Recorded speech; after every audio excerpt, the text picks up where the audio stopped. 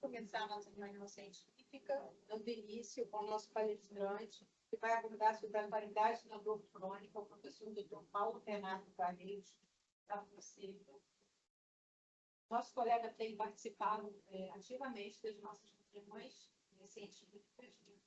Ele é médico anestesista, especialista em dor, formado pela Unifesp, MBA UFMG do Rio de Janeiro, professor da Unirio desde 89, atua também como coordenador docente dos cursos de pós-graduação e especialização em dor. Ele é autor, editor e coordenador de importantes obras na área de dor, além da atuação e formação de especialistas em produção científica. E gostaria de convidar também o nosso doutor Bruno Pereira, ele é médico neurocirurgião, coordenador de clínica da dor, diretor técnico de Berkeley Labs, técnico do Instituto de Neurologia e Medicina Avançada, INMED. Então, por favor, Boa tarde a todos. Obrigado, professora Samanta, pelo gentil convite. Uma honra estar aqui na academia pela primeira vez no palco. Eu tive outras reuniões. Vim falar sobre o que eu faço na minha vida. Queria agradecer a presença de todos os acadêmicos, e especialmente ao Dr. Bruno, por ter aceito essa oportunidade de estar mediando hoje. Eu vim falar hoje sobre dor, não como sintoma, mas como doença. Eu dividi a minha explanação hoje em 5 pedacinhos esses relacionados a uma atualização, que foi o que a professora Samanta pediu. Fazer alguma coisa a mais de 2023 para cá. Eu estudo dor, eu tenho 40 anos de formado, eu estudo dor todos os dias há aproximadamente 25 anos. E nesses 25 anos, pensar assim, cara, você estuda um sintoma há 25 anos? Menos isso. Porque esse sintoma dor já deixou de ser um sintoma e passou a ser uma dor crônica. Eu vou contextualizar um pouco para os senhores a minha visão sobre esse assunto. A dor como um problema para a medicina, eu não preciso quantificar para os senhores, que eu sei que os senhores têm muita consciência em relação a isso.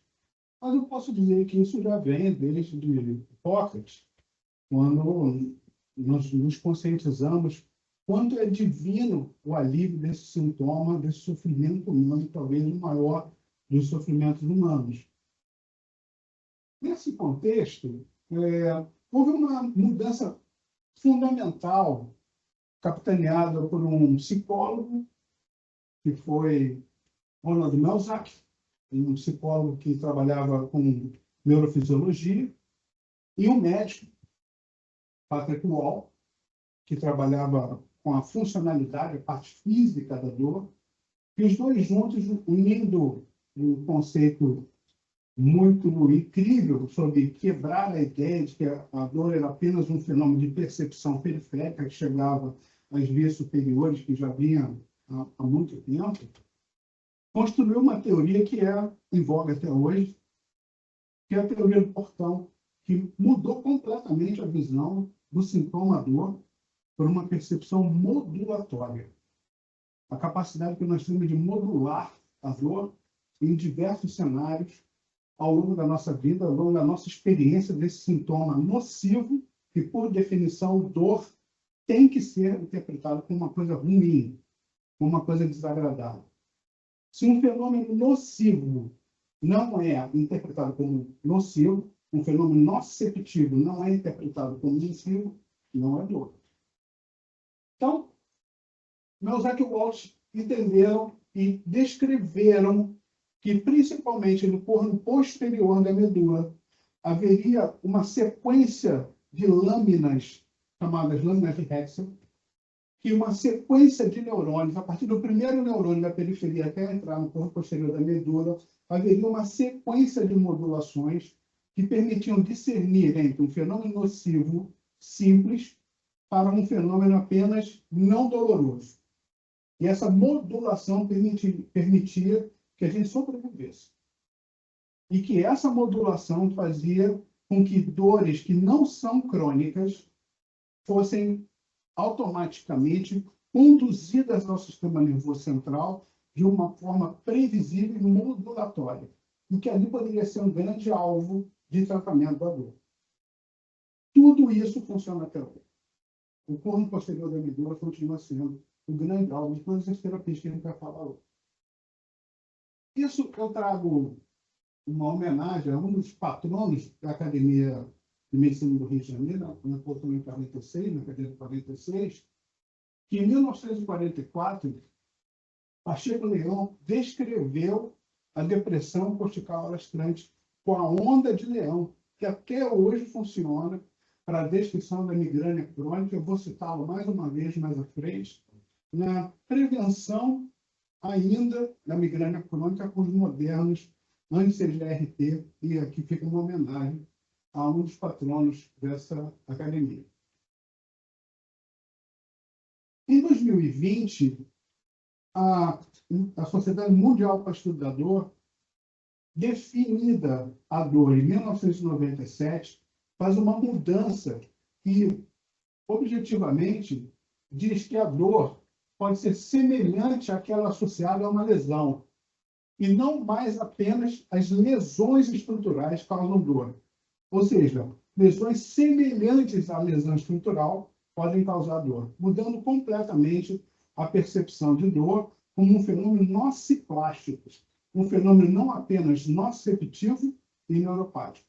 Ou seja, a sensibilização central daquela estrutura descrita em 68 por Melzack Walt pode perder a capacidade modulatória, gerando uma sensibilização central, a perda da capacidade modulatória, a sensibilização dos nossos pacientes, de modo que aumenta a percepção de dor.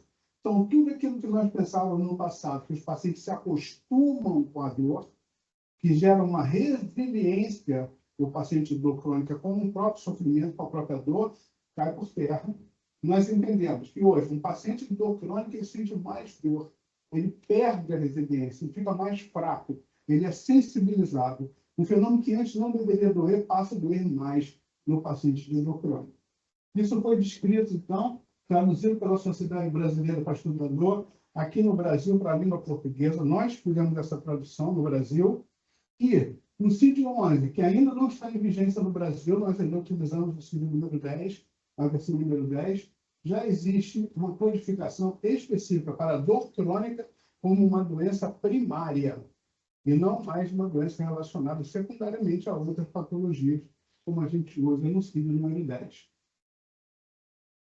Quando nós olhamos para esse contexto da Sociedade Mundial para o Estudo da Dor, então nós entendemos que trata-se de um fenômeno de percepção, um fenômeno neuromodulatório, consequentemente, ele não é apenas nociceptivo, não é apenas neuropático, ele é um fenômeno nociplástico, um fenômeno de percepção neuromodulável, então ele tem um contexto biológico, psicológico, social. Ele é biopsicossocial. Então, ele não pode ser mais tratado apenas com analgésico, ele tem que ser tratado de uma forma holística muito mais ampla. E eu ainda incluiria aqui, off-label, na dor crônica, um componente espiritual. Ou seja, biológico, psicológico, social e espiritual. Trazendo essa realidade que nós importamos no mundo da dor da cardiologia. A cardiologia foi a primeira especialidade que incorporou esse conceito da espiritualidade, depois, rapidamente, entendida pela medicina de cuidados paliativos, pela oncologia, e nós, na medicina da dor, entendendo esse fenômeno da espiritualidade, não se confundindo com a religiosidade, no conceito do tratamento do paciente como um todo, no conceito de dor total, de cessedição, mesmo há tanto tempo já consagrado. E trago aqui mais uma homenagem a um outro patrono nosso, na cadeira 44, em que o professor Deolino Couto, neurologista, mas é um dos grandes membros da nossa medicina carioca, que trouxe o discernimento, quando esteve à frente da Secretaria de Educação, da diferenciação entre fisiatras e fisioterapeutas na medicina de reabilitação neurológica, com este conceito. Embora não descrito à época, mas esse conceito já estava presente, olhando esse paciente como um todo, na reabilitação neurológica. A magnitude do problema é tão imensa quanto 25% dos cidadãos do planeta, 1 a cada 5, tem dor crônica. E qual é a dor crônica mais prevalente? Dor nas costas. Quanto isso é no Brasil? 74 milhões de brasileiros têm pelo menos uma dor crônica. E a lombalgia é realmente a dor crônica mais prevalente do Brasil, seguida muito de perto das dores de cabeça ou dores na cabeça. Então, essa é uma realidade muito grande e eu faço uma menção de agradecimento de ter a oportunidade de trazer esses dados para os senhores aqui hoje, nesse dia. Isso é uma epidemia silenciosa, porque a dor não é apenas sentida do ponto de vista do sintoma dor, mas ela carrega um peso muito grande, porque ela é biopsicossocial espiritual. Então, os números de depressão, ansiedade, afastamento laboral, insônia, afastamento familiar, o sofrimento é o que nós tratamos, não o sintoma dor. Então, esse sofrimento é muito grande e ninguém é suficientemente bom para tratar dor crônica sozinho. O atendimento tem que ser multiprofissional, tem que ser interdisciplinar, e essa é a nossa mensagem como médico. Nós somos os líderes dessas equipes interdisciplinares. Então, quando eu trago isso não como uma especialidade, que na realidade especialidade não é, nós somos uma área de atuação composta de 9 especialidades dentro do Conselho Federal de Medicina, área de atuação, e imagino que dentro dessa sala, muitos de nós, embora a gente não se reconheça, todas essas especialidades convivem com a dor crônica no seu dia a dia. Nessa sala, eu tenho certeza, muitos de nós vão se reconhecer tratando patologias que geram dor crônica. Nos meus exercícios de futurologia, nos meus pensamentos de futurologia, eu trago aqui com muita humildade uma tese minha pessoal, em que o meu moderador, certamente vai tocar nesse assunto, porque eu acho que o Samantha ficou muito impressionado no congresso que esteve e assistiu a palestra dele.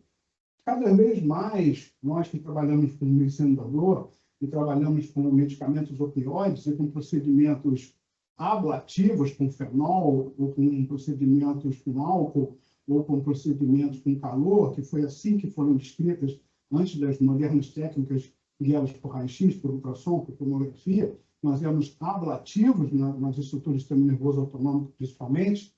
Hoje, eu imagino que cada vez mais a gente vai queimar menos e a gente vai modular mais. E esse meu pensamento não vem apenas de um pensamento pessoal, vem baseado em muita coisa que eu tenho lido aqui. A gente tem até um autor brasileiro, um brilhante médico paulista, neurologista, que hoje está morando na Dinamarca. Então, a partir disso, eu trago alguns dados importantes. A ordotomia é um procedimento que apenas 3 centros americanos praticaram na última década. Era um procedimento para dor intratável oncológica que hoje está em desuso, nem se ensina mais praticamente, graças a novos treinamentos. O Bruno pode depois nos falar um pouquinho mais sobre isso. Outras situações em que eu embaso a minha afirmativa, que cada vez vamos modular mais e cada vez vamos hablar menos. Da onde eu trago essas informações? Em tecnologia eu estou me baseando. No elétron, no fóton e na molécula. O que eu quero dizer com isso? Três domínios da física que cada vez a gente modula melhor, cada vez a gente domina mais, cada vez a gente faz melhor. Como? Nos campos eletromagnéticos, somente nas radiofrequências, no fóton, através da fotobiomodulação, especialmente nos lasers, e nas moléculas, com as novas moléculas, especialmente o que mudou nos últimos 20 ou 30 anos com as terapias-alvos com os imunobiológicos, principalmente. E o que eu trago de novidade? Em relação à radiofrequência, o que evoluiu? Atendendo a demanda da professora Samantha, que me pediu que abordasse um pouco mais esse tema. A radiofrequência convencional, que já tem mais de 50 anos, ela queimava os álcools. Melhorou muito em relação a como a gente queimava com álcool e com fenol. Hoje a gente queima mais guiado, a gente tem uma queimadura mais restrita, de um alvo mais determinado, a possibilidade de efeitos colaterais é muito menor, o risco é muito menor. Mas a gente só destruía o alvo que a gente queria, o sistema nervoso autonômico, por exemplo, num câncer de pâncreas ou numa síndrome isquêmica do membro inferior. Até hoje nós fazemos isso na cardiologia também. Nós fazemos ablação de tumores com calor. Hoje, com a moderna neurocriablação ou a crioablação de tumores, isso não perdeu a sua validade. Mas dentro do mundo da dor, a radiofrequência pulsada, ou seja, ela é interrompida de tempos em tempos, em que há um washout de temperatura, muda completamente esse conceito e ela modula a dor e não mais destrói o alvo.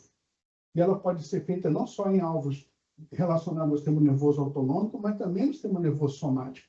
E pode ser feito, por exemplo, dentro da raiz dorsal, que é uma primeira estação neuromoduladora em relação àquela nossa fase que nós falamos a respeito do início de Miyazaki-Bolt, trabalhar a via de entrada da via da dor, como nós foi descrito em 68.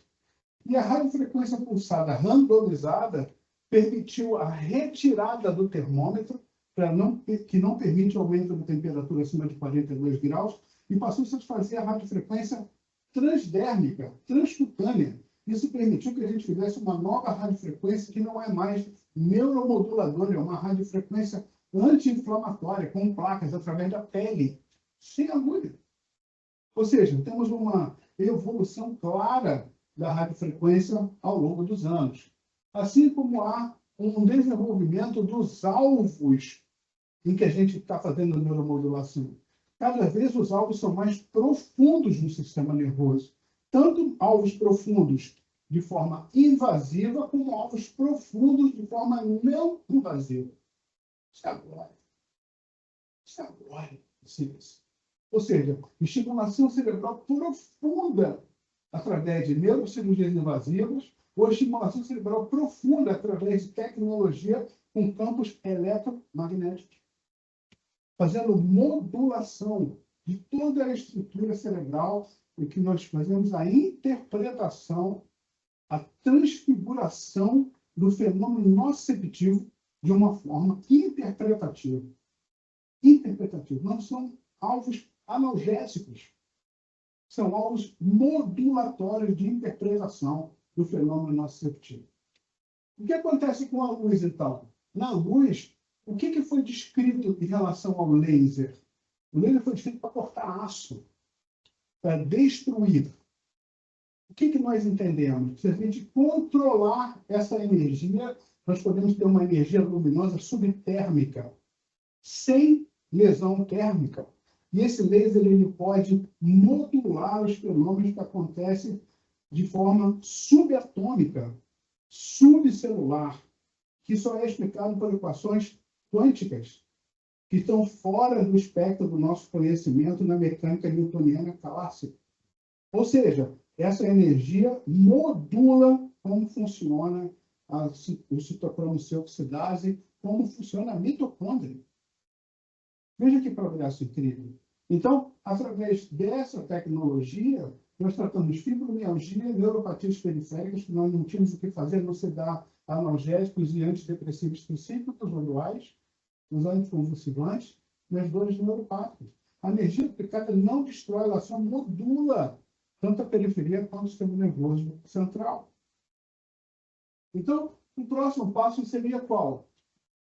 A terapia-alvo com moléculas, com os imunobiológicos.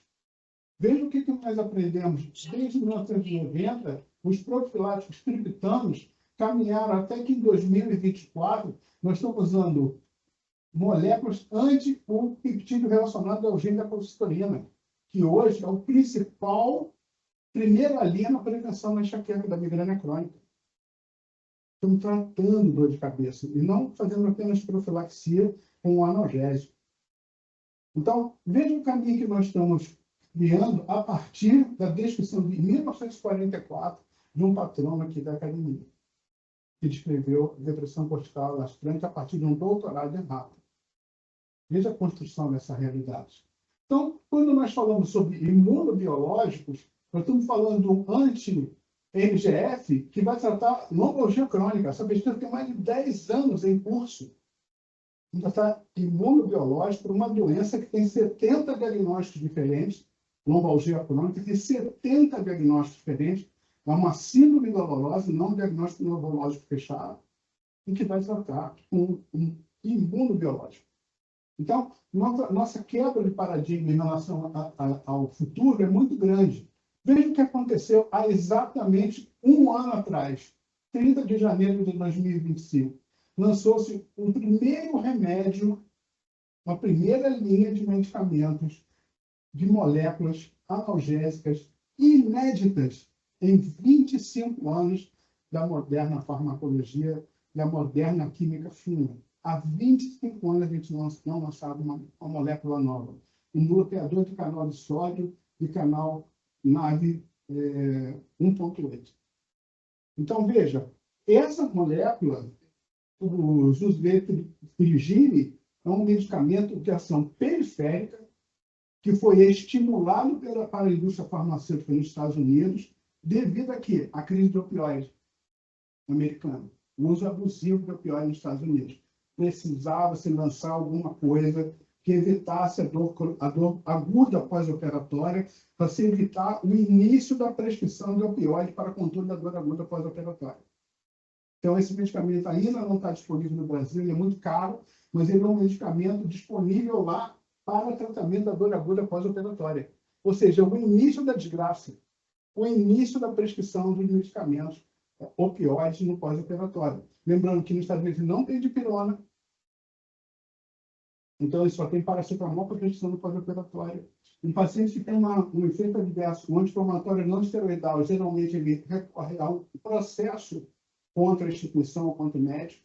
Se você tiver um rastro cutâneo, insuficiência renal, uma doença digestiva, uma hemorragia digestiva, ele recorre contra a instituição com milhões de indenização, então o pessoal não prescreve anti-inflamatório não esteroidal, só prescreve ibuprofeno e paracetamol. Se o paciente tiver dor pós-operatória, em processo hospital tem dor pós-operatória. Então, lá o problema é muito sério, é um problema também institucional, um problema social.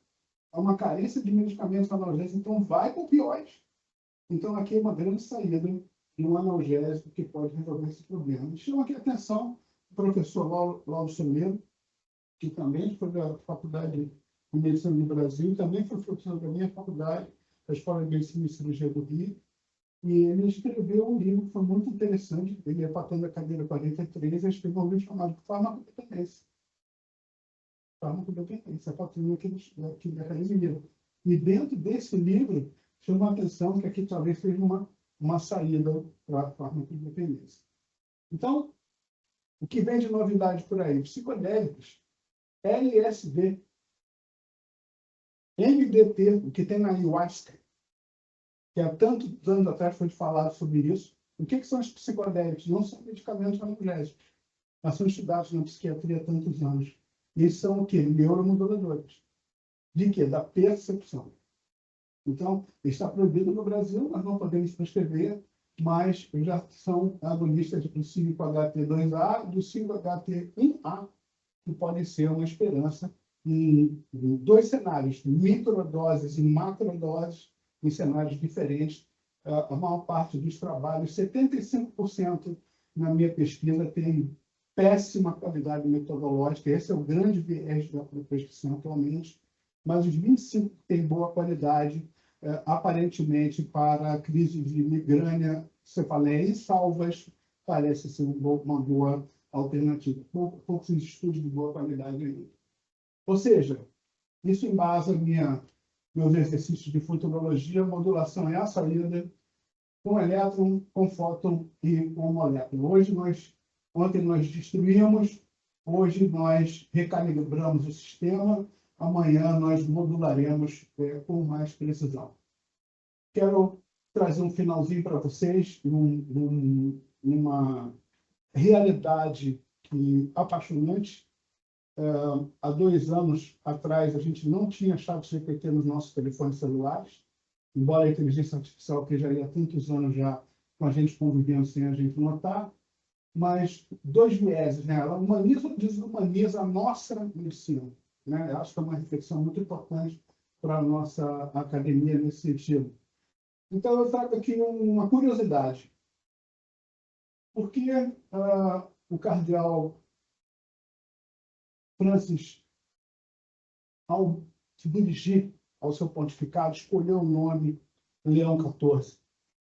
Ele, no seu discurso, lembrou Leão XIII, que pontificou durante a Revolução Industrial.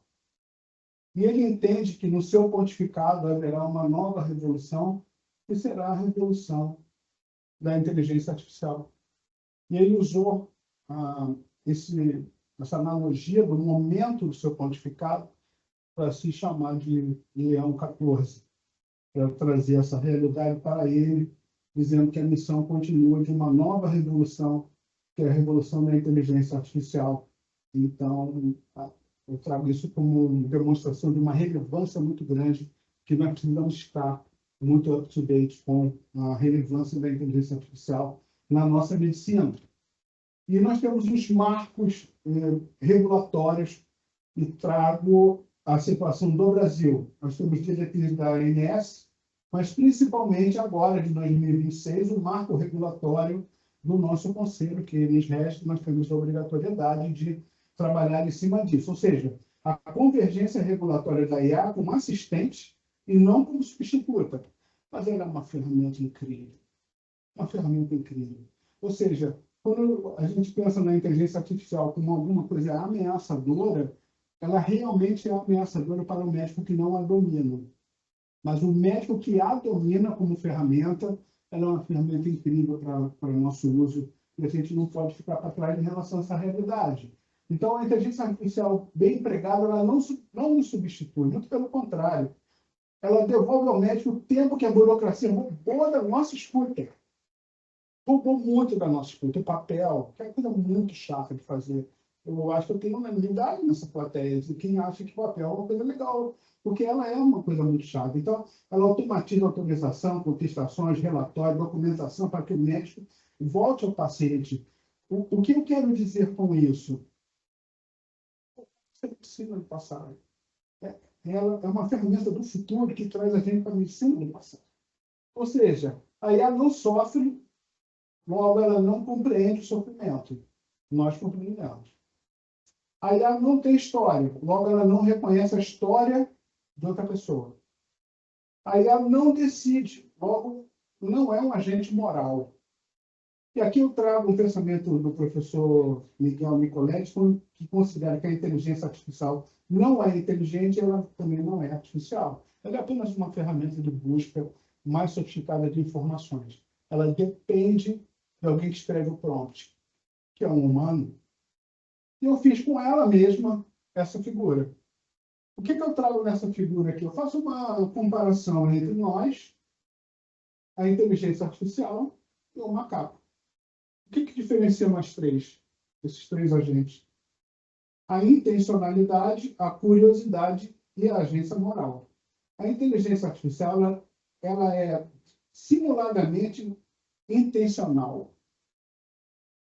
Ela tem uma curiosidade inexistente. Ela não tem nenhum tipo de curiosidade e ela não é um agente moral. Ela não tem nenhum tipo de moralidade, a não ser que a gente coloque uma moralidade nela. O macaco ele tem uma intencionalidade limitada, ele só pensa limitadamente. E a curiosidade dele, já viu algum macaco fazer algum tipo de pergunta? Os macacos apenas respondem o que nós perguntamos. A gente treina o macaco para responder as nossas perguntas. E ele não tem qualquer tipo de moralidade. Já os humanos pensam com intencionalidade, uma intencionalidade real, ele tem uma curiosidade inata, e ele assume e responde. Ele questiona até a forma como se questiona. Isso ainda é insubstituível. Ou seja, nós ainda somos insubstituíveis em relação à inteligência artificial. Então, nesse conceito, a gente faz a pergunta verdadeira. Ou seja, a nossa curiosidade ainda nos salva como humanos. Então, o que vai permanecer na nossa medicina? Nesse pensamento de Montaigne, eu responderia da seguinte maneira: tudo que a dor nos ensina, fato. Mas esse ensinamento da dor pode gerar sensibilização central da dor crônica. Ou seja, ela pode ser ruim para nós.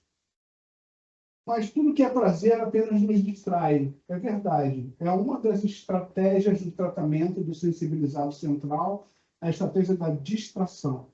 É levar a atenção para outro lugar. Então, a distração pode ser muito benéfica.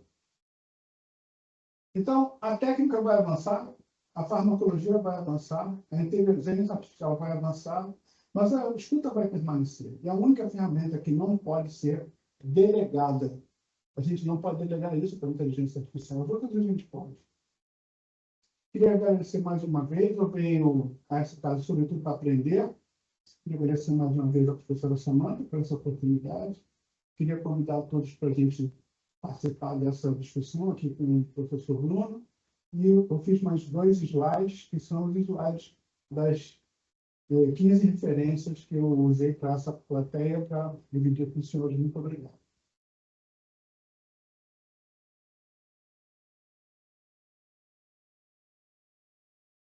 Bom, eu sou neurocirurgião de formação e desde que eu comecei a minha vida no tratamento de dor, eu assisto às aulas do Dr. Paulo, eu frequentei cursos do Dr. Paulo, e eu garanto a vocês, pessoal, que é sempre assim, com elegância, com gentileza, sobretudo com grande inteligência e sabedoria. Parabéns, Dr. Paulo, pela aula incrível. Você deu a gente uma aula sobre a criminalidade. Acho que a dor, ela passa por isso, ela não é apenas uma questão técnica. A gente está falando de uma necessidade de escutar o próximo, de entender e ser empático com o próximo. Se a gente não tiver isso, a gente nunca vai tratar a dor crônica. E a gente não está falando do sintoma que a gente resolve com a novalgia, com o anti-inflamatório. A gente está falando daquela dor que causa sofrimento a longo prazo. E a dor crônica, como o Dr. Paulo falou, ela deixa de ser um sintoma e passa a ser uma doença. Uma doença que, se nós percebermos, a gente está falando de uma doença do sistema nervoso central e periférico. A partir de um estímulo contínuo, há uma mudança morfofuncional nos neurônios. Mudança essa que tem uma participação, uma mediação do nosso sistema imune. Por isso que imunomoduladores, como o Dr. Paulo citou, são importantes, uma descoberta importante no tratamento e controle de dor crônica. A gente está diante de uma alteração morfofuncional em que o disparo neuronal ele está diferente. E por que ele está diferente? Pela mudança morfofuncional. Os neurônios eles passam a ter mais canais de sódio, a ter mais canais de potássio, e dessa forma reduzir o seu limiar de disparo. Então, antes o sintoma, um estímulo que era simplesmente de pressão, simplesmente tátil, passa a ser interpretado como um estímulo doloroso. E as vias modulatórias, como o Dr. Paulo falou, o que significa modular? Significa eu, a partir de um sinal, de uma região, fazer a outra região trabalhar no mesmo sinal. Ou seja, se há um disparo doloroso, eu uso o meu sistema modulatório para voltar a ter aquela frequência de disparo para não perceber a dor. Então, significa que a gente está diante de uma doença neurológica, uma doença do sistema nervoso central e periférico. E, doutor Paulo, uma pergunta que eu faço, sendo muito humilde, uma reflexão de futurologia, sobre se a gente, de um certo modo, por uma questão cultural nossa, né, a gente teve a oportunidade de falar ali fora sobre dor pélvica, e como a cultura de dor, né, que o ser humano, especialmente a mulher, ela tem que aprender a conviver com a dor. Essa é a ideia maçante que a mulher escuta desde o início da vida dela. Que a gente precisa suportar a dor, temos que ser fortes com a dor. E se não é isso que atrasa o nosso tratamento para a dor e o surgimento da dor crônica. Eu não sei se o senhor tem alguma opinião sobre isso, algum pensamento sobre isso. Se a gente, de uma certa forma, a gente não posterga muito esse controle inicial, que, obviamente, por conta dessa falta de controle inicial, a gente chega a essa alteração morta funcional do neurônio. O que o senhor acha disso? A frase que resume a sua pergunta é a seguinte: toda dor crônica foi aguda, né?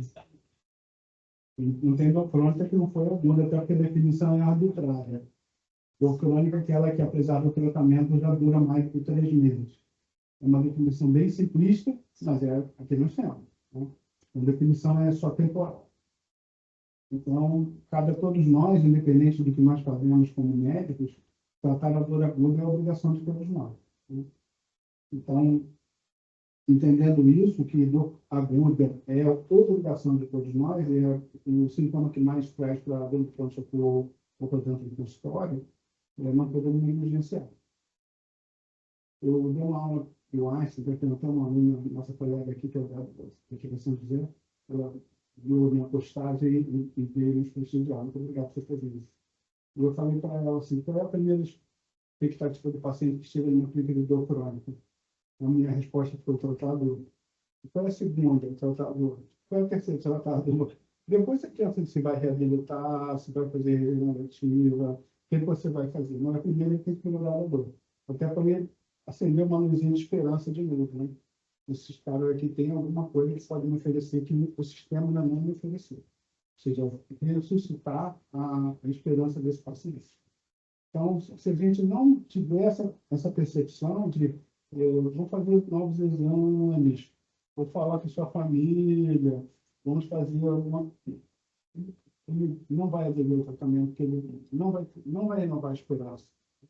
Então, aquele momento é o momento que você tem para fidelizar esse paciente, mostrando para ele que há esperança, que você tem alguma coisa que pode fazer de melhor, ou de diferente, ou de inédito, diferente do que foi feito até agora. Porque o sistema é perverso. A gente sabe que o paciente que chega à clínica de dor, ele já entende que ali é a última estação, é a última instância, já foi mandado para cá porque já perdi a esperança. Os médicos perderam a esperança. Eu estou aqui porque eu já não sei mais aonde eu recorro, qual é a especialidade que eu recorro. Vim aqui para tratar a dor.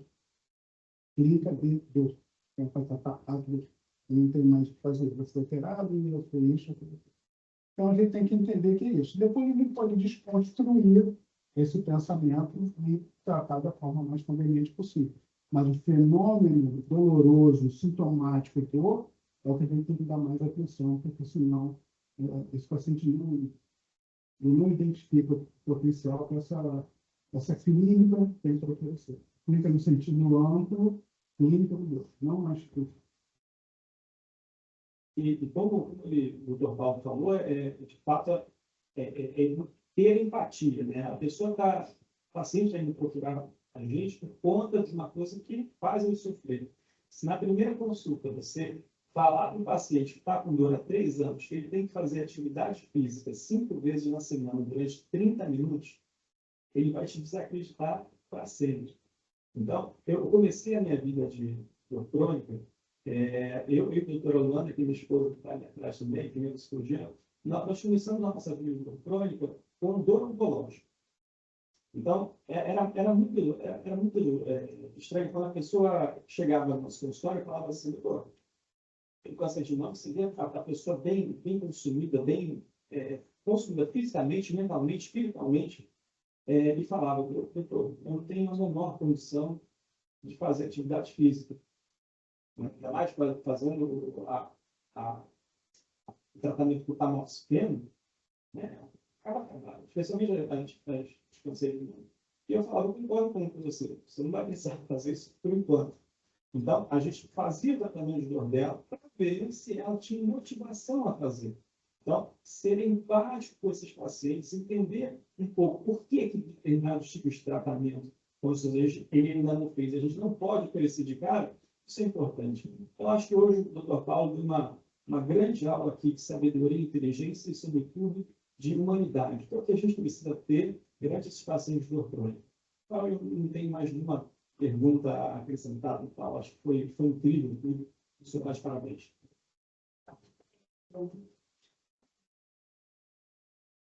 Parabéns, gostei muito, doutor Paulo, da sua apresentação. Na minha prática, eu exerço através de questionários validados de dor Inclusive, no meu doutorado, eu quando utilizei laser, e tive uma resposta muito boa em relação da gente poder também fazer um follow-up, um acompanhamento da dor.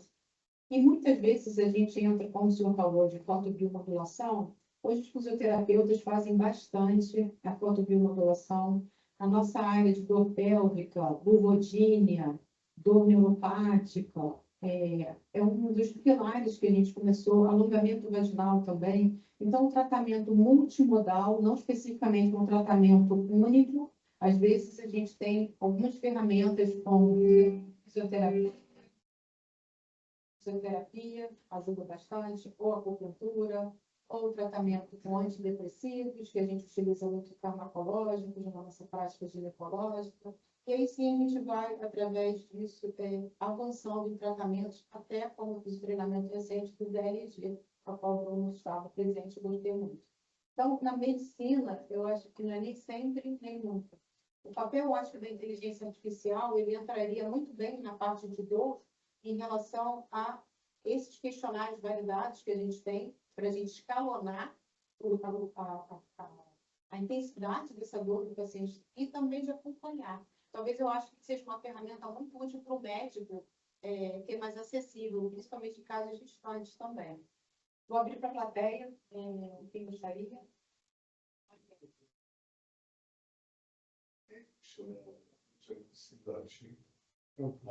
Como alergista e imunologista, eu não vejo tanto a dor crônica, mas vejo muito prurido crônico que leva a uma dor emocional. Né? E antigamente ficava se falando apenas que estou com os nervos à flor da pele. Em 1932, na Policlínica de Berlim, saiu um paper em alemão, neurotische Kratz. A tradução Kratz em alemão é coceira, neurótica é neurótica. Era tudo neurótico. Época de Freud. Bom, mas o que eu queria trazer é que um dos tratamentos para prurido crônico era pregabalina. E recentemente se verificou a importância da conexão imunológica, hormonal, neurológica. E fazendo de uma longa história curta, basicamente o fator de liberação hipotalâmica de ACPH levava à produção de ACPH e coação anterior, córtex suprarrenal produzindo cortisol. O cortisol agia em linfócitos supressores citotóxicos, CD8, e produzia uma interleucina 31, que fazia a comunicação de neurônio com a pele. E a boa notícia é que já está muito avançado nos Estados Unidos um anticorpo monoclonal chamado nemolizumab, anti-L31, e deve controlar essa imunoestimulação que leva a esse desconforto. Mais uma vez, estou aqui também me lembrando, há 2 semanas saiu publicado no Annals of Internal Medicine, nos Estados Unidos, que a queixa clínica mais comum do americano é low back pain. Parabéns. Professor, eu queria poder contribuir que um dos sintomas mais prevalentes de dor neuropática, a gente chama de dor neuropática, é prurido e a sensação de bicho debaixo da pele, né? Dermal worm. Então, isso é muito comum da gente ver também em neurologia estética, neurologia pós-estética, tanto na fase de neurite aguda, subaguda e por aí. Então, às vezes não tem nenhum tipo de ação alérgica, e é totalmente neuropático mesmo. A gente não trata com antialérgico, a gente trata com anticonvulsivante, com pregabalina, e no guideline está como uma primeira linha, né, os gabapentinóis, triciclos visuais, e os tratamentos top, capsaicina e outras coisas nesse sentido. Obrigado, professor. Parabéns mais uma vez pela sua apresentação. Também gostaria de citar a Escola de Medicina e Cirurgia. Eu penso, estou formada há 50 anos, tenho um amor inquestionável pela unidade. No que diz respeito à dor crônica, eu acho é a pior coisa a que um ser humano pode ser submetido. Isso desarticula o comportamento, desestrutura a família, liquida a ação profissional. Enfim, eu acho que não tem nada mais cruel do que a dor crônica. E a dependência, obviamente, porque os remédios não surgem. Eu sou cirurgiã e nós sempre nos protegemos da dor aguda, fornecendo analgésico no pós-operatório para que ele não chegue a sentir dor. Com isso, você minimiza uma série de intercorrências. Então, eu acho que essa atuação em cima da dor crônica está se mostrando cada vez mais nos pacientes oncológicos, os pacientes portadores de enxaqueca, realmente uma luz no fundo do túnel, que eu acho que merece não só ser muito aprofundada, como também divulgada, porque isso não é muito conhecido também no meio médico. E a dor oncológica não é uma nem duas vezes que nós ouvimos isso. Doutor, eu quero morrer, eu não aguento mais a dor. Então, isso, o médico, é uma condição de impotência, sabe, que aniquila tudo que você construiu na vida em termos de favorecer o paciente. Mais uma vez, parabéns. Obrigado, professor. Em relação à dor crônica pós-operatória, é muito negligenciado. Existe um número grande de melhoria dos números pós-operatórios quando a parceria entre anestesista e cirurgião é bem estreita. Ou seja, essa parceria não é apenas no momento cirúrgico. Ou seja, a chamada medicina pré-operatória, que engloba o período pré-operatório, que não é só a visita pelo anestésico, mas uma avaliação mais ampla, e a corresponsabilidade sobre o controle analgésico pós-operatório. Isso melhora demais com os bloqueios, não apenas com o controle medicamentoso, porque a gente sabe que isso influi no trânsito intestinal, nas decências de sutura com os anti-inflamatórios. Ou seja, se essa parceria entre anestesista e cirurgião não for estreita, a gente entende que isso tem uma piora nos resultados da cirurgia, né, em relação somente aos anti-inflamatórios, né, o índice mais alto de hemorragia, decência de sutura, o uso abusivo de opioides, com trânsito intestinal, náusea, vômito, né? Ou seja, tem muitas intercorrências. Ou seja, essa parceria é muito importante. Com relação a essa sua informação, nós utilizávamos com muita frequência no pós-operatório de cirurgia bariátrica, os pacientes que passavam por cirurgia de abdômen aberto, catéter peridural de permanência no pós-operatório, que nós tirávamos no dia seguinte, que era uma noite bem tranquila. Bem tranquila. A minha tese de mestrado foi da analgesia pós-operatória para a cirurgia bariátrica em 2006. E naquela época a cirurgia bariátrica estava começando. Né? Bom dia, queria agradecer muito a sua palestra. Eu sou Regina Schertmann, sou dermatologista. Quando você abordou um slide sobre dor crônica, uma especialidade transversal, eu senti falta da dermatologia. Por quê?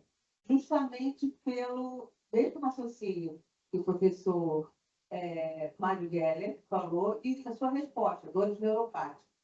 É muito comum, é negligenciado entre os dermatologistas, mas é muito comum, pelo menos na minha prática clínica, e no hospital, que eu trabalho no Pedro Ernesto, trabalho na Santa Casa, pacientes vindo se queixar de dores que justamente com se chamando de prurido ou com a sensação de formigamento com o dermatologista, que geralmente vem associado com uma mancha ao longo do tórax, né? Então, a gente tem que explicar para o paciente sobre as desestesias, sobre as dores neuropáticas, sobre o que representa esse sintoma. Então, eu sugiro que ponha a dermatologia e a alergia dentro desse quadro, como também, porque eu lanço mão de colegas especialistas em dor crônica para certos pacientes, porque, claro, eu sei prescrevo pregabalina, gabapentina, capsaicina, não tem uma experiência tão boa, porque tem outros efeitos colaterais, mas a gente precisa ter essa interação multidisciplinar também. porque tem várias, eu nem vou mencionar outras que de origem também emocional e já, já margeia a psiquiatria também junto com a dermatologia, que a gente tem que tratar na nossa vida diária, no dia a dia. Então, as desestesias, assim, como um todo, eu acho que estão ali dentro. Eu vou pedir minhas formais desculpas por não ter incluído a dermatologia e vou justificar de duas maneiras. Uma única vez eu dei uma aula no congresso que eu vi, foi o Derma Rio, eu tenho alguns anos isso, e foi uma aula que teve uma audiência bacana na plateia, o pessoal gostou, porque realmente é fato. Tem uma outra característica também. Existe um questionário validado internacional que foi escrito por um casal francês chamado Didier Boissirrat e a professora Nardini, que é o DM4, é dor neuropática em 4 dimensões, em que 4 dimensões são exame da pele. Então, as formais que eu vou colocar o dermatologia. Só acrescentando, há 2 anos atrás, no Derma Rio, Eu não lembro quanto tempo. Eu fui convidado na época pelo professor Márcio Serra. Márcio Serra, faz tempo. E agora, o presidente da Regional Rio de Janeiro, a gente vai ter o Derma Rio no final desse ano. E certamente a gente vai incluir uma coisa por causa dos imunobiológicos, aquelas células surgindo, que a gente também está aprendendo a tratar não fluorido, como os atópicos, né? Tem e também alguns fluidos relacionados com o pátio. Então, a gente já está entrando dentro desse Uma doença típica que a gente contribui são o fogo selvagem, que é uma doença pediátrica grave de desenvolvimento iniciante, que eu me lembro, é a única doença que a gente geralmente é chamada para contribuir na clínica de diagnóstico falar, que é uma doença de dermatologista.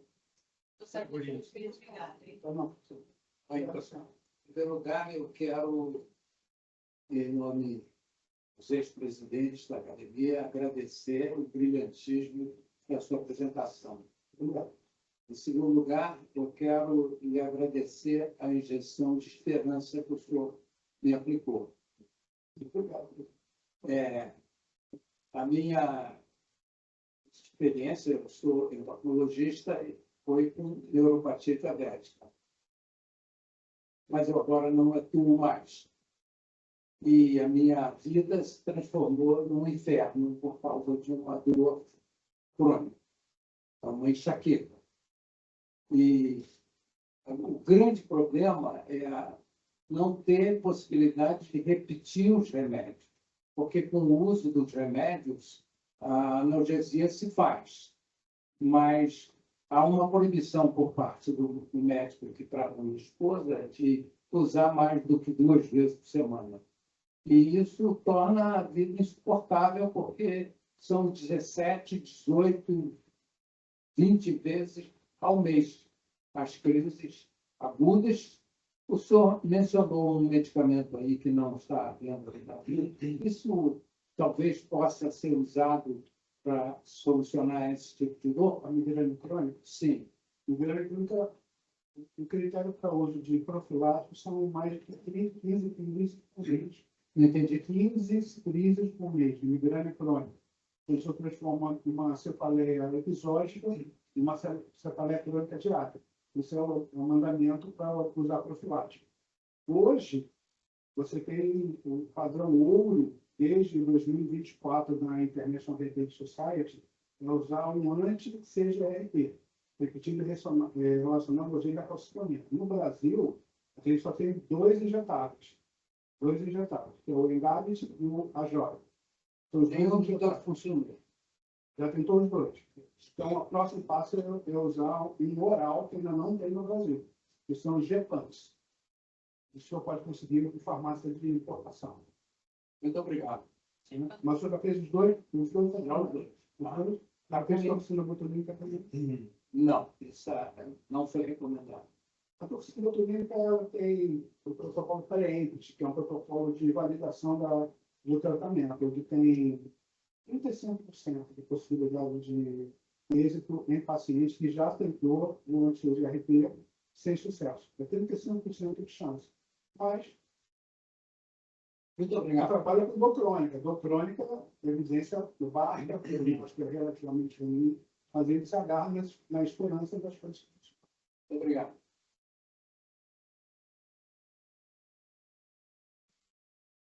Bom dia, eu também gostei muito da sua palestra, muito didática, atualizada. Eu sou psiquiatra clínico forense, então eu vou no caminho oposto a tudo isso. Questões de simulação. Hoje em dia a gente tem a fibromialgia de forma mais severa, entrou com um PCD, né? Então, eu já tive a oportunidade de participar de juntas periciais em que a pessoa parecia não ter toda aquela dor que ela relata, né? E a gente sabe da questão da dor, do ponto de vista semiológico, tem um componente muito subjetivo, né? Então, assim, como fazer para investigar bem, diferenciar um diagnóstico de simulação, né? O que o senhor me diria? Obrigado.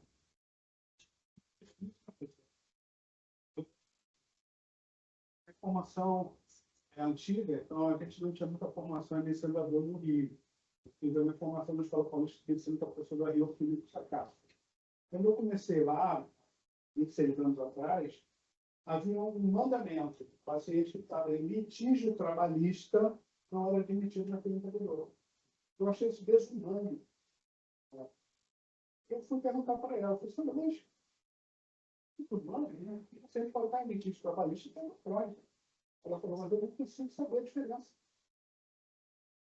Responde sua pergunta. Então, a gente não consegue saber a diferença, mas existe. E tive um professor na faculdade de medicina, o professor Alva, ele era gastroenterologista. Ele falou, eu estava no 3º ano de medicina, não esqueço, escrevi no livro, gente que eu escrevi. Ele falou para mim assim, eu faço diagnóstico para olhar o paciente. Ele não precisava nem ter cadeira, nem cama no consultório. Eu faço diagnóstico olhando os pacientes. Eu mantive a elegância e pensei assim, que arrogante, né? É que pode um professor de semiologia, professor de clínica médica, falar isso. Eu lembro o Vieira Romero, 2 filhos desse tamanho, né? Eu, com 40 anos de formado, eu faço isso. Eu não tenho nenhum problema de homem. A gente tem um negócio de nossa experiência. A gente olha o paciente e meu dia dor de cabeça. Né? Porque esse cara é simulador. A gente quer errar, mas ele quer saber pelo feeling, não é? Pelo jeito que a gente olha o paciente, que ele caminha, pelo jeitão, mas a gente faz isso. Tá? E o professor me ensinou isso na época, eu não entendia na época, eu não entendo. Hoje eu entendo o simulador. E entendo que existe o simulador e o amplificador de sintomas. São pessoas diferentes. Nós somos humanos e a gente entende que uma pessoa que ganha um salário mínimo, que entra no BRT, fica sacolejando no BRT, e está encostado pelo INSS para ganhar o mesmo salário mínimo sem trabalhar, isso significa que essa pessoa seja tão aberta a ponto de não usufruir desse benefício. Ela vai amplificar sintomas. Ela vai amplificar sintomas. Eu não para poder definir esse julgamento, porque eu não sou perito. Eu não sou perito. Perito que tem que fazer isso. O que eu posso fazer é dar as informações como médico sobre o que eu identifico como amplificação de sintomas. Eu dou para o perito. Se eu digo para ele que eu identifico como amplificação de sintomas. Eu sei, inclusive, que os pacientes não vinham na consulta 6 minutos. Eu escrevo. Fica claro que ele está em tratamento comigo. Quando eu digo que esse paciente não comparece com a consulta 6 minutos. Você entende? Você entende dessa forma? Eu também entendo. Eu sou entendendo, também entendo. Mas eu dizer que ele é um simulador, não tem verdade moral para dizer isso. Não consigo. Não tem uma ferramenta tangível para isso. Então, a gente está numa situação contrária. Existe uma inteligência artificial cognitiva que consegue, por exemplo, em crianças e adultos experienciados, não vocais, fazer interpretações comportamentais e aferir dor. É uma ferramenta que está em construção e foi baseada na análise da fisionomia de gatos. Veio da veterinária. O gato não tem praticamente expressão facial, né? Reparou, o gato não faz quase nada. Eu só mexe um pouco a pupila, mexe um pouquinho no ângulo do bigode, e a ponta da orelha.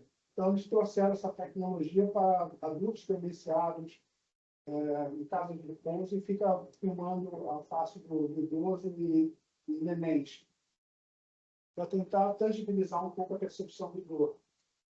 São artifícios que a gente está tentando trazer para poder dosar. Ou marcadores inflamatórios, fazer relação de marcadores inflamatórios que possam tangibilizar um pouco a percepção de dor. Porque, por enquanto, não continua na conversa. Os questionários. É muito difícil. Então, criar um dormômetro, né? Que aí a gente realmente vai ter um parâmetro. Pode ser. Ou encontrar finalmente alguma coisa que a gente dói para poder ter um dado tangível sobre a percepção dolorosa. Como não é um fenômeno afetivo, é um fenômeno muito mais complexo, e tem 4 parâmetros, pelo menos 4 dimensões, né? Biológica, psicológica, social, espiritual, não tem um marcador tangível, né? Um marcador complexo, um ambiente. Então, não tem como fazer isso completamente. Como mestre nesse serviço, tem muita preocupação para mitigar bem a dor aguda, né, para não virar crônica. Mas uma dúvida que eu tenho é que, geralmente, esses pacientes de dor crônica, né, essas dores persistentes por mais de 3, 6 meses, parece para mim que o início também é insidioso e não um trauma agudo, uma injúria aguda, como uma injúria cirúrgica, porque a maior parte dos pacientes que evoluem com dor crônica, nas estatísticas, é os pacientes da lombalgia, né, seguidos dos pacientes da cefaleia, e geralmente a lombalgia e a cefaleia a gente não vê um marcador de gatilho, né? Assim, a gente não vê mesmo que tenha imagem, uma imagem de coluna, por exemplo, se tira de alguma lesão, geralmente elas são desproporcionais ao que o paciente sente de maneira crônica, né? Então, se eu diria que a maior parte dos pacientes que evoluem com dor crônica, eles começam de maneira também insidiosa, essa dor, ou de uma maneira aguda, seria mais um demonstrativo que a causa da crônica é biopsicossocial, espiritual, né? A gente não consegue ver uma marcação pontual. Nós estamos falando de 40% da população. Então, o que você atinge é o pós-operatório. O crônico é pós-operatório. Não está ganhando. Foca nisso daí. O que você atinge. O professor é cirurgião. Olha lá. A situação dela foi ali. Agora, dor de cabeça, né? O maior motivo comum que a gente vê é a cefaleia induzida por uso abusivo de analgésico. É a cefaleia episódica, que você tem uma cefaleia eventual, uso abusivo de analgésico antitérmico, uso abusivo de triptano, uso abusivo de analgésico anti-inflamatório. Vai tomando, no Brasil é remédio de balcão, não precisa de prescrição médica. Então, o uso de forma abusiva, trata só a crise, só a crise, só a crise. E aí você vai induzindo. Ou seja, qual é o conceito? Você tem, você fala, episódica de vez em quando, esse de vez em quando vai se aproximando cada vez mais. Você vai ter uma vez por mês, 2 vezes por mês, sai devagarzinho, sabe? Até você ter uma frequência mais alta. Isso é uma cefaleia de indução ao uso abusivo do analgésico. Que era uma cefaleia, por exemplo, pré-menstrual, uma cefaleia que tem data para acontecer. Não tive tratamento. Uma cefaleia por privação de refeição, uma cefaleia que tem para prevenir. Com hábitos, não com remédio. Você toma analgésico, tem que cuidar o hábito. Então, são 157 tipos diferentes de dores de cabeça. Então, as pessoas geralmente têm mais de um. Então, mas elas tratam sempre da mesma forma, diferentes tipos de dores de cabeça. Então, abuse. Então, a estratégia para você ter menos dor de cabeça, que o ginecologista pode resolver com uma estratégia que não é com analgésico, não usa. Uma estratégia alimentar que resolve a dor de cabeça, trata com remédio, assim vai. Então, é desinformação.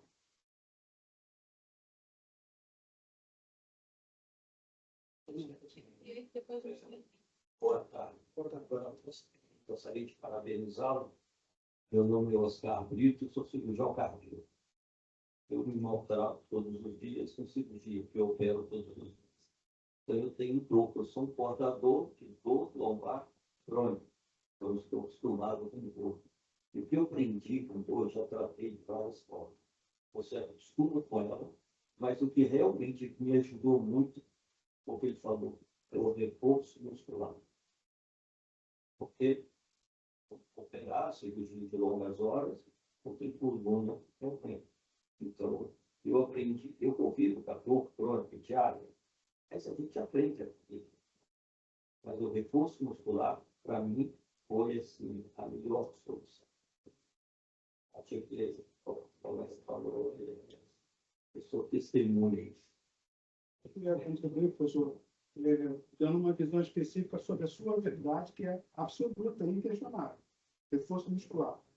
O que a gente contribui hoje para a tecnologia? É quantificar, medir, né? O que é exatamente o ganho de massa muscular? A gente perde massa muscular ano a ano, né? Então, como é que a gente quantifica o quanto a gente tem que recuperar? E como faz para recuperar? Quantifica. Então, a bioimpedância e a ressonância do corpo todo, a bioimpedância do corpo completo, a gente vê aonde é a perda muscular mais importante.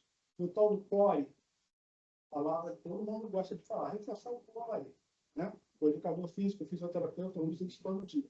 Mas qual o músculo do core, quais músculos do core, como reforça o core, como tangibiliza, mede, qual o músculo que está perdendo? Ah, vai tomar creatina, vai tomar whey protein, vai repor testosterona, o que vai fazer? Vai usar anabolizante? Ou seja, vai usar androlona, quanto de androlona vai usar para reforçar, para produzir? E qual é o músculo que vai ser estimulado? De que maneira? Com estimulação elétrica, transcutânea, com atividade física orientada? Ou seja, são parâmetros que é difícil de medir, mas tem que medir como? Tem que medir com alguma máquina que mostre que o seu músculo está crescendo, porque há uma lipossubstituição natural. Então, a sua fala é inquestionavelmente correta, a minha sugestão é só tangibilizar. Não.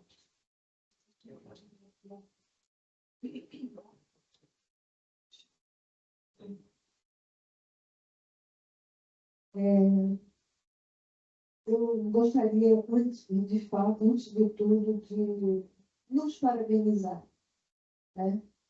Parabenizar a academia pela escolha do tema, pela escolha do nosso conferencista, do nosso debatedor, porque foi muito impactante para mim, pessoalmente, essa apresentação que nos foi oferecida. Já tivemos aqui, e temos tido, né, brilhantes apresentações dessas nossas reuniões científicas, mas essa, não só por se tratar de algo como uma epidemia silenciosa, que tem uma importância quantitativa, mas pela questão qualitativa que envolve essa situação, inclusive o médico com o familiar de pessoas que sofreram ou sofrem desse mal. Pessoalmente, a gente fez o diagnóstico retrospectivo de neurofibromialgia da minha mãe, que nunca valorizamos devidamente, e ficou o remorso como médica e como filha, por tantos anos de sofrimento, que não teve o devido, não recebeu o devido valor.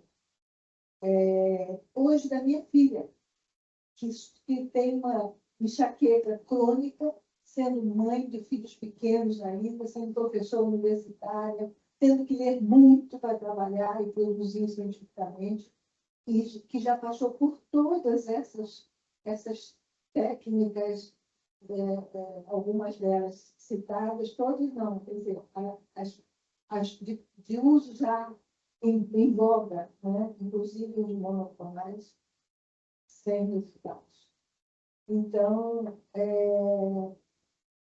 agradeço muito o que eu aprendi e o que eu apreendi de todo esse lidar com uma doença tão importante no nosso dia a dia e que nos imobiliza, nos tira o potencial de vida, de relações. Portanto, essa definição ampla, né, de psicossocial e espiritual tem muito acalhados com essa patologia. Muito obrigado, eu, parabéns.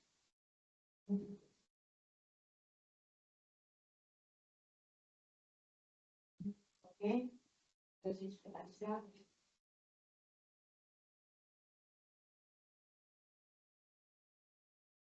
Primeiramente, eu queria parabenizar o Paulo, que foi incrível. Eu sou fisioterapeuta, fiz questão de vir aqui assistir o seu conteúdo, que eu tinha certeza que era brilhante. E a única coisa que eu gostaria de trazer aqui é que muitas vezes nós somos os profissionais de primeiro contato. E lidar com dor crônica sendo fisioterapeuta é um pouco complicado, apesar de nós termos um arsenal incrível de tratamento. Hoje mesmo eu uso Dry Needling, que trabalha muito nessas questões de neuromodulação e funciona muito bem para dor crônica. Mas nós somos limitados, extremamente limitados. Oi? Dry Needling. Dry Needling é um agulhamento a seco, uma técnica que já se usa nos Estados Unidos há muito tempo e tem uma eficiência para dor.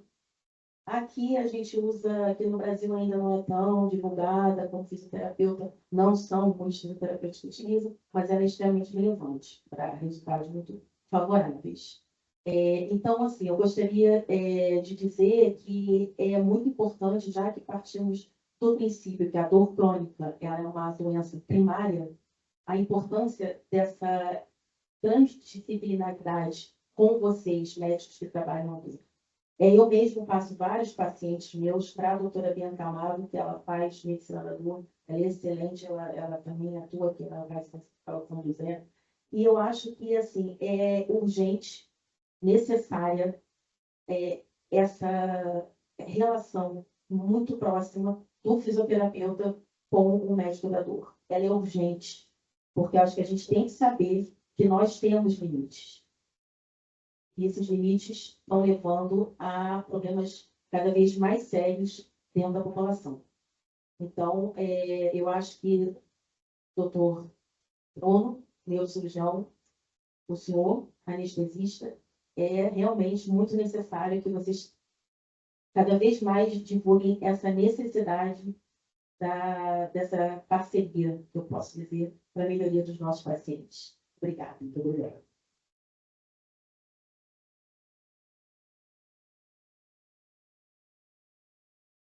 Mais uma vez, aos palestrantes, ao nosso indicador, a todos, e damos por encerrar. Doutor João, gostaria de falar. E depois daremos por encerrada a nossa reunião. Sou Paulo Renato. É uma alegria estar aqui para você. Passou brilhante palestra. Então, parabéns, e vem mostrar para nós todos, formados aqui no município, e você tem também, que nós não damos importância a esse fenômeno que é tão importante, que é a dor do paciente. Mas vamos querer me ajudar para parabéns para vocês. E essa nota que eu tenho escolhido, porque você, Paulo Renato, para fazer essa conversa, eu queria só fazer uma pergunta final. Existem pessoas, pela sua fisiologia, anatomia ou pela sua ignorância, que ele não tem esse sentido, não tem dor? Existe. É muito raro, eu nunca vi. Nunca vi, não está descrito na literatura. Eles têm um down regulation nos nossos receptores periféricos, são vários os tipos de receptores. Eles têm uma prevalência muito baixa, mas não tem ausência absoluta. A ausência absoluta impede a possibilidade de sobreviver. Porque a pessoa se machuca tanto que ela não consegue conviver. É bom incrível que pareça que não incrível. E eu converso com isso aqui, nós. Assim, não sei o que foi. Sei pequeno, que a literatura deve ter. Que é assim que os pratos essa realidade. Eu nunca vi. No caso raro, só vi literatura presencial, nunca presenciei. Não me recordo o nome da cidade. Ficcionagem vai se ver. E pegou folclore, né? Tinha tudo, tinha gente, olhava no papel do sensei, essa estava sendo livre, essa tinha esse acidente. Obrigado, professor. Acho super perfeito. Mais uma vez, agradeço ao Paulo, o professor, e estamos encerrada a nossa reunião.